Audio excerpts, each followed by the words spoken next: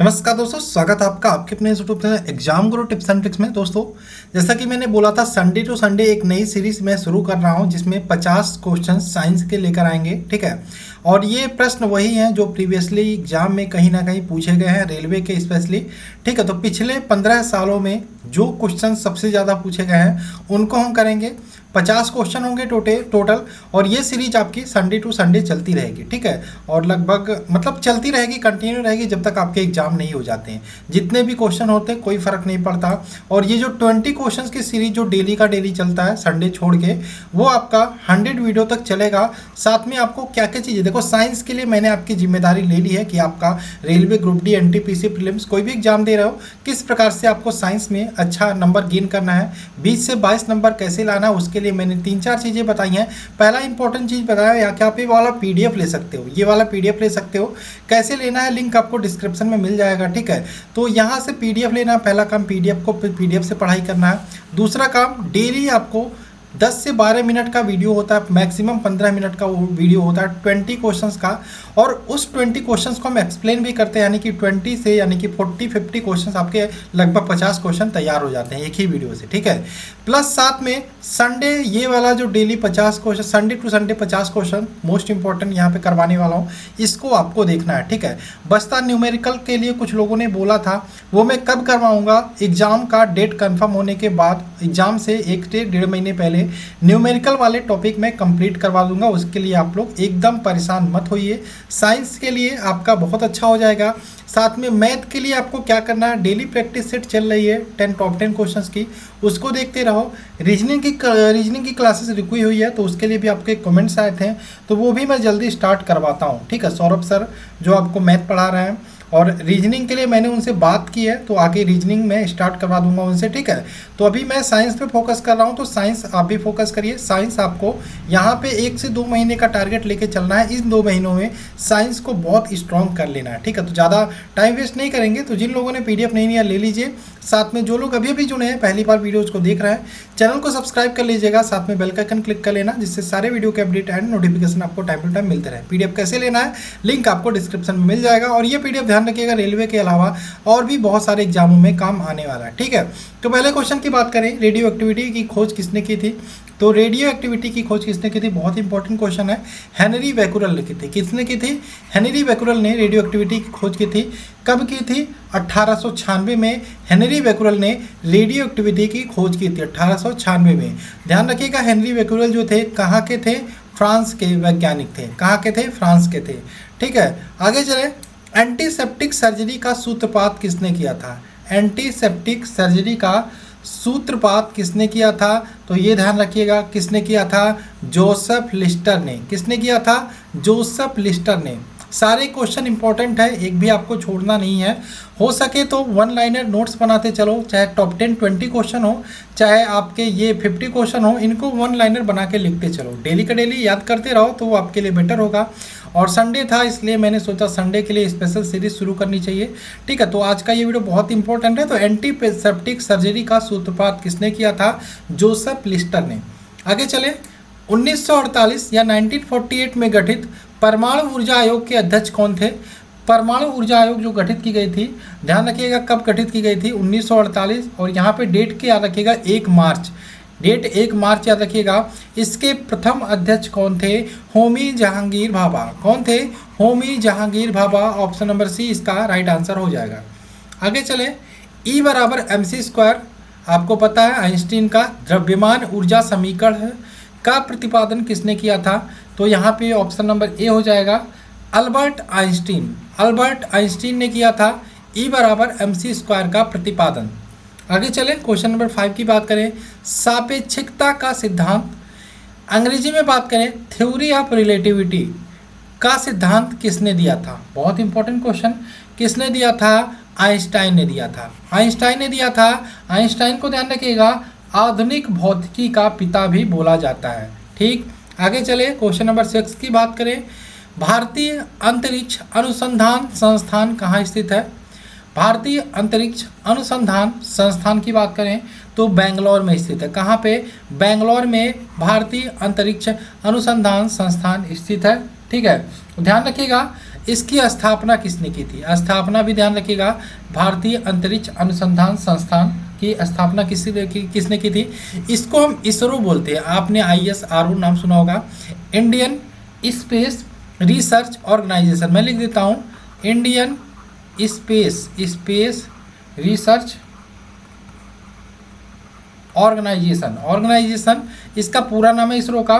Current time में इसका director कौन है? पता होना चाहिए, के सिवन करंट टाइम में इसके डायरेक्टर हैं। स्थापना की थी विक्रम साराभाई ने। किसने की थी? विक्रम साराभाई ने इसकी स्थापना की थी। ठीक है, कब की थी? 15 अगस्त वो डेट था, 15 अगस्त आपको याद ही रहेगा, 1969 में की थी इसरो की स्थापना। ठीक है, तो इसका संस्थान कहाँ स्थित है? बेंगलोर में स्थित है इसरो। ठीक, क्वेश्चन नंबर 6 हो गया। नेक्स्ट बात करें क्वेश्चन नंबर 7 की। चंद्रशेखर वेंकट रमन को नोबेल पुरस्कार कब मिला? चंद्रशेखर वेंकट रमन आपने नहीं सुना होगा तो CV रमन आपने जरूर सुना होगा। 1930 यानी कि 1930 में इनको नोबेल प्राइज मिला था। ऑप्शन नंबर बी इसका राइट आंसर होगा। क्वेश्चन नंबर 8 की तरफ बात करें तो यहाँ पे क्वेश्चन नंबर 8 है, परमाणु के नाभिक की खोज किसने की थी? तो परमाणु के नाभिक की खोज की थी रदरफोर्ड ने। किसने की थी? रदरफोर्ड ने की थी। Option number A. कब की थी? ध्यान रखिएगा, 1911 में की थी। ठीक है, 1911 में रदरफोर्ड ने परमाणु के नाभिक की खोज की थी। आगे चले क्वेश्चन नंबर 9 की बात करें। 9 है आपका, सूर्य के द्रव्यमान के 1.4 गुने द्रव्यमान को क्या कहा जाता है? सूर्य के द्रव्यमान के 1.4 गुना द्रव्यमान को क्या कहा जाता है? ध्यान रखिएगा, चंद्रशेखर सीमा बोला जाता है। आगे चले, कैस्कोग्राफ नामक यंत्र की खोज किसने की थी? क्या है कैस्कोग्राफ नामक यंत्र की किसने खोज की थी? तो ध्यान रखिएगा, जगदीश चंद्र बोस। JC बोस भी कहीं कहीं आपको देखने को मिल जाता है, नाम वही है, पूरा नाम आपका जगदीश चंद्र बोस है। क्वेश्चन नंबर 11 की बात करें, the history of Hindu science किसकी कृति है या किसकी अनुपम कृति है?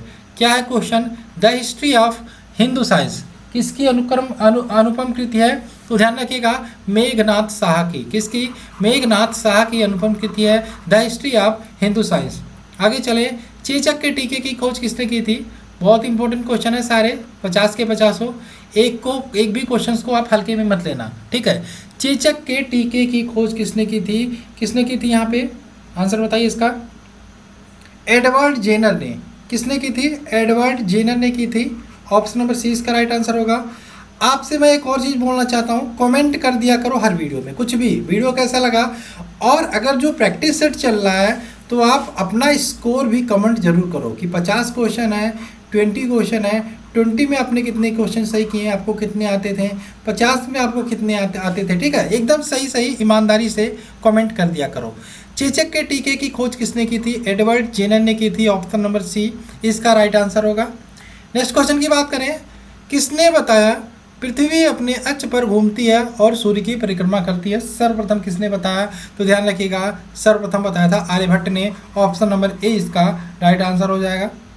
क्वेश्चन नंबर 14 की बात करें, न्यूट्रॉन की खोज किसने की थी? क्या क्वेश्चन है? न्यूट्रॉन की खोज किसने की थी? तो ध्यान रखिएगा, जेम्स चैडविक ने न्यूट्रॉन की खोज की थी। किसने? न्यूट्रॉन की खोज जेम्स चैडविक ने की थी। इसका फेमस फॉर्मूला है, ट्रिक है, ईटा पर नाचे। सबको पता होगा, मुझे बताने की ज़रूरत नहीं है। नेक्स्ट है, परमाणु के सिद्धांत का प्रतिपादन किसने किया था? परमाणु के सिद्धांत का प्रतिपादन किसने किया था? जॉन डाल्टन ने। किसने किया था? जॉन डाल्टन ने। इसको मैं मिटा देता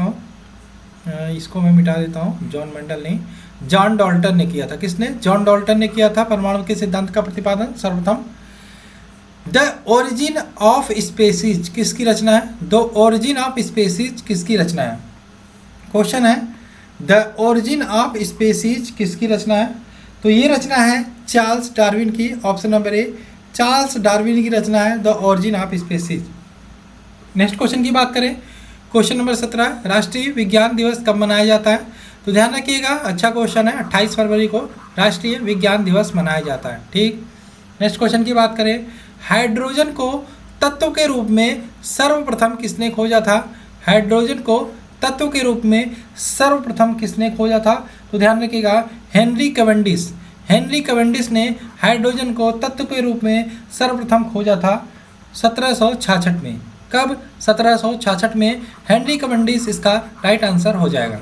ठीक, आगे चलते हैं। आई होप सारे क्वेश्चन अच्छे लग रहे होंगे। ठीक है, स्कोर अपना कमेंट करना मत भूलिएगा। नेक्स्ट संडे आपको फिर से 50 क्वेश्चन मिलेगा। इसके लिए मैं आपसे यहाँ पे गुजारिश करूँगा, आपसे ये रिक्वेस्ट करूँगा, इस वीडियो को कम से कम 500 लाइक पहुँचा दो। जितने लोग देखो लाइक करते चलो, 500 लाइक का हम टारगेट रखते हैं कि 500 लाइक आप करते हो तो नेक्स्ट संडे इससे अच्छे क्वेश्चन मैं लेकर आऊँगा आपके लिए। ठीक है, तो रक्त परिवहन की खोज किसने की थी? अभी मैंने कल वाले वीडियो में कराया था, ब्लड से रिलेटेड जब 20 क्वेश्चन में करा रहा था। तो रक्त परिवहन यानी कि यहाँ पे ब्लड जो बहता है, यहाँ पे रक्त परिवहन की खोज किसने की थी? तो ध्यान रखिएगा, किसने की थी यहाँ पे बताइए? विलियम हार्वे ने। किसने की थी? विलियम हार्वे ने। ऑप्शन नंबर ए इसका राइट आंसर हो जाएगा। रक्त परिवहन की खोज विलियम हार्वे ने की थी। नेक्स्ट, एक्सरे की खोज किसने की थी? एक्सरे की खोज किसने की थी? तो किसने की थी? W.C. रॉन्टजन ने। किसने? W.C. रॉन्टजन ने एक्सरे की खोज की थी। नेक्स्ट चले, गति के जड़त्व नियम का प्रतिपादन किसने किया? तो गति के जड़त्व नियम का प्रतिपादन किया था, किसने किया था? ध्यान रखिएगा, गैलीलियो ने किया था। ऑप्शन नंबर बी, किसने किया था? गैलीलियो ने। ठीक, आगे चले नेक्स्ट क्वेश्चन पर। गति के नियम को किसने दिया? गति के नियम को किसने दिया था? गति के नियम को किसने दिया था? न्यूटन ने दिया था। मैं लगभग 3 से 4 सेकंड, मैक्सिमम 5 सेकंड रुक रहा हूँ। इतना टाइम तो मिलना भी चाहिए आपको आंसर याद करने के लिए और देखने के लिए कि आपको आता है कि नहीं। तो गति के नियम को किसने दिया था? न्यूटन ने दिया था। आगे चलें, भारत का बर्ड्समैन किसे कहा जाता है? बर्ड्समैन बहुत इंपॉर्टेंट है, क्वेश्चन कई बार पूछा गया है। तो ध्यान रखिएगा, डॉक्टर सलीम अली को भारत का बर्ड्समैन कहा जाता है। डॉक्टर सलीम अली इसका राइट आंसर हो जाएगा। ठीक है, डॉक्टर सलीम अली। आनुवांशिक कोड की खोज किसने की थी? क्वेश्चन है, आनुवांशिक कोड की खोज किसने की थी? तो ध्यान रखिएगा, आनुवांशिक कोड की खोज किसने की थी?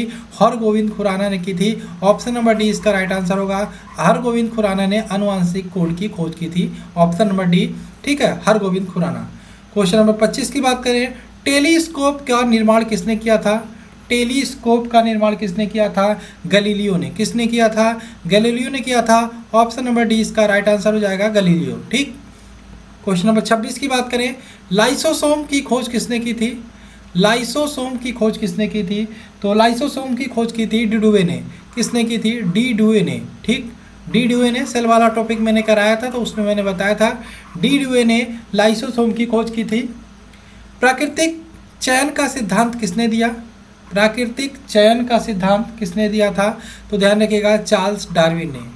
चार्ल्स डार्विन ने प्राकृतिक चयन का सिद्धांत दिया था। Option number A right answer. Video लंबा हो जाएगा अगर जो मैं सारे क्वेश्चंस को एक्सप्लेन करने लगूँ। जो लगता है मुझे इंपॉर्टेंट है उसको मैं एक्सप्लेन कर देता हूँ। लाइकेन की बात करें, लाइकेन मैंने कराया है। ठीक है, लाइकेन हो, लाइसोसोम हो, ये सारी चीज़ें मैंने बताई हैं आपको। जब 20 क्वेश्चन के प्रैक्टिस सेट में मैंने सेल वाला टॉपिक कराया था तो इसमें मैंने बताया था लाइकेन की खोज सर्वप्रथम किसने की थी? तो लाइकेन की खोज की थी तुलास ने। यहाँ पे देखिए इनका पूरा नाम अगर जो तुलास ने स्वीडनर है, स्वीडनर। ठीक है, तो ध्यान रखिएगा यहाँ पे यही आंसर हो जाएगा, तुलास ने, sweetener. Option number D. Next question की बात करें, सर्वप्रथम जीवाणु का पता किसने लगाया था? सर्वप्रथम जीवाणु का पता किसने लगाया था? ल्यूवेनहॉक। पूरा नाम Antonio Leeuwenhoek. Option number B इसका राइट आंसर हो जाएगा। क्वेश्चन नंबर 30 की बात करें, पेनिसिलिन की खोज किसने की थी? तो पेनिसिलिन की खोज की थी अलेक्जेंडर फ्लेमिंग ने। किसने की थी? अलेक्जेंडर फ्लेमिंग ने पेनिसिलिन की खोज की थी। आगे चले क्वेश्चन नंबर 31 की बात करें, कोशिका शब्द का प्रयोग सर्वप्रथम किसने किया? कोशिका शब्द का प्रयोग सर्वप्रथम किसने किया था? तो ध्यान रखिएगा, रॉबर्ट हुक ने किया था। ऑप्शन नंबर ए इसका राइट आंसर हो जाएगा। नेक्स्ट चले, इंसुलिन की खोज किसने की थी? इंसुलिन वाला टॉपिक भी मैंने बताया था। बहुत सारे क्वेश्चन रिपीट हो रहे हैं। लगभग मैंने 19 वीडियो किए, 19 में आपने बहुत सारे क्वेश्चन प्रैक्टिस कर लिए हैं। जिन लोगों ने 19 का 19 देखा, साथ में पीडीएफ किया, उनका पीडीएफ लिया, पीडीएफ से पढ़ाई कर रहे हैं, उनका साइंस मैं गारंटी के साथ कहता हूँ बहुत स्ट्रॉन्ग हो गया होगा अभी 15 से 20 दिन में। आप 2 महीना हमारे साथ रहो, साइंस पढ़ते रहो, देखो कितना अच्छे से सारे क्वेश्चन करने लगोगे। इंसुलिन की खोज की थी बैटिंग तथा वेस्ट ने। किसने की थी? बैटिंग तथा वेस्ट ने। आगे चले, गामा किरणों की खोज किसने की थी? गामा किरणों की खोज किसने की थी? तो यहाँ पे ध्यान रखिएगा, इसका क्वेश्चन आपको थोड़ा सा फंसाने वाला है। ठीक है। तो दो क्वेश्चन दो आंसर आते हैं। देखो बहुत सारे लोग बोलेंगे गामा किरणों की खोज किसने की थी, तो बोलेंगे हेनरी बैकुरल ने।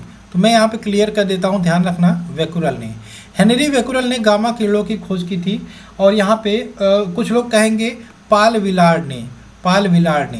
तो अब अगर जो मैं यहाँ पे कहूँ, क्वेश्चन है गामा किरणों की खोज किसने की थी, मैं कहूँ यहाँ पे आंसर है पाल विलार्ड, तो आप लोग कहोगे सर मैंने पाल विलार्ड नहीं पढ़ा है, मैंने हेनरी बैकुरल पढ़ा है। देखो यहाँ पे दो चीज़ें निकल के आती हैं।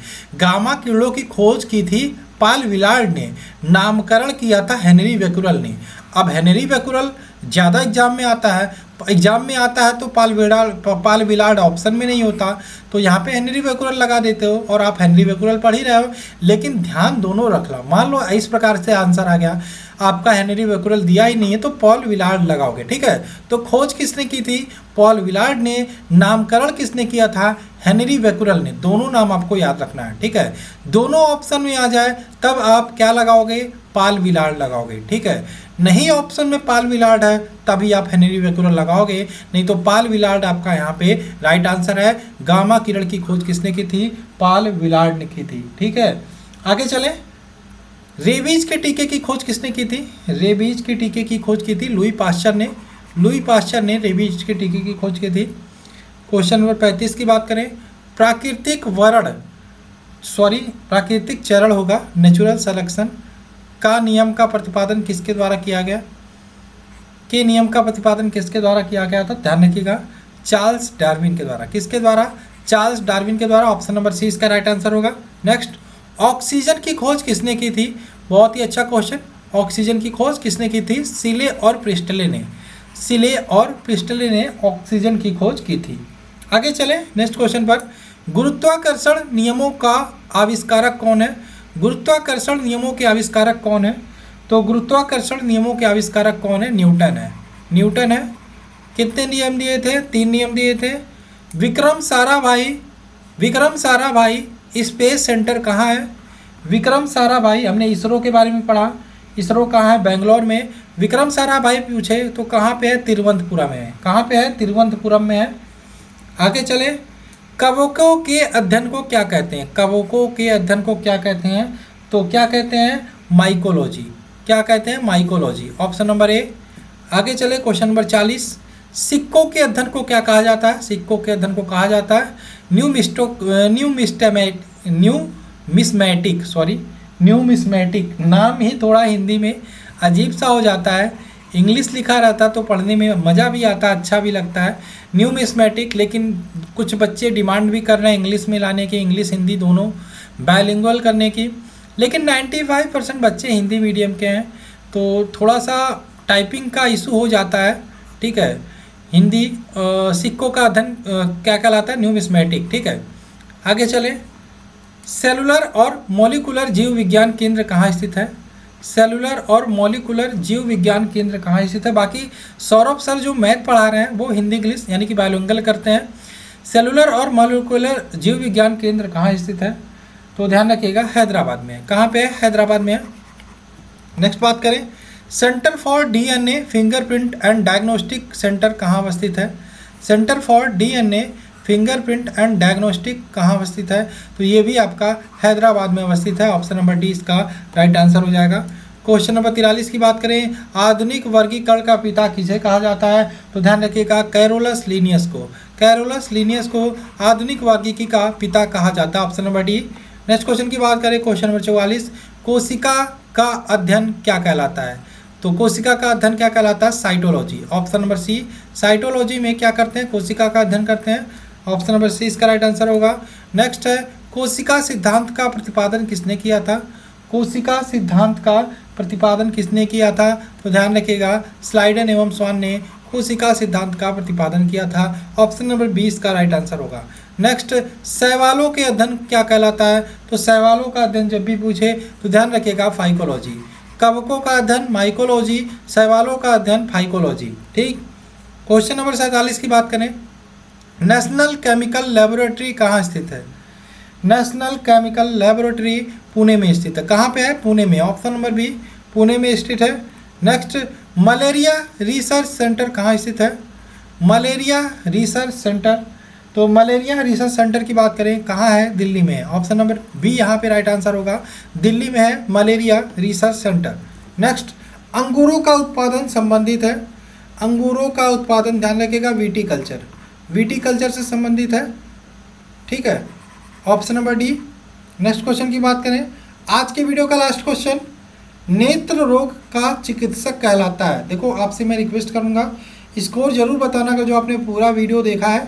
तो नेत्र रोग का चिकित्सक कहलाता है, क्या कहलाता है, ऑप्थेल्मोलॉजिस्ट,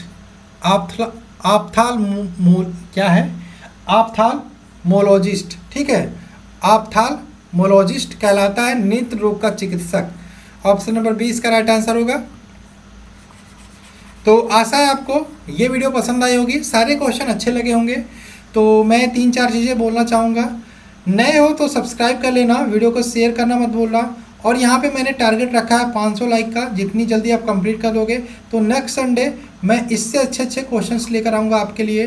तो 500 का टारगेट है, जल्दी जल्दी लाइक करो वीडियो को, सब्सक्राइब भी कर देना नए हो, साथ में अपने फ्रेंड्स जो भी रिलेटिव हैं उनके साथ शेयर करोगे तभी ये लाइक का आंकड़ा पार होगा। और एक बात और, पीडीएफ के लिए आप हमारे टेलीग्राम ग्रुप को ज्वाइन करना मत भूलिएगा। चलिए मिलते हैं नेक्स्ट वीडियो में। 3-4 चीज़ें जो मैंने बताई स्टार्टिंग में वो करते रहो फॉलो, बहुत अच्छा आपका साइंस हो जाएगा और स्कोर भी अच्छा करोगे। चलिए मिलते हैं नेक्स्ट वीडियो में। जय हिंद दोस्तों, जय भारत।